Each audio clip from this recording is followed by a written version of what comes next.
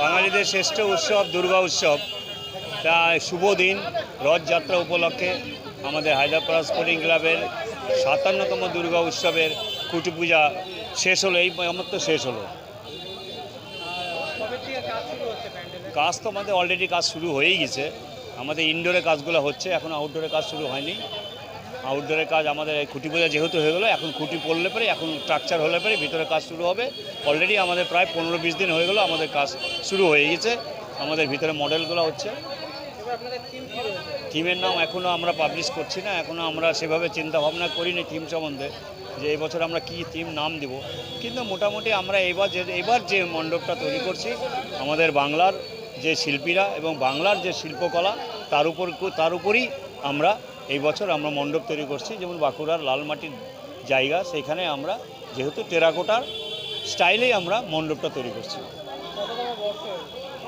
Budget আমাদের তো এই ২৫-৩০ লাখ টাকা আমাদের বাজেট আছে। ৫৭তম।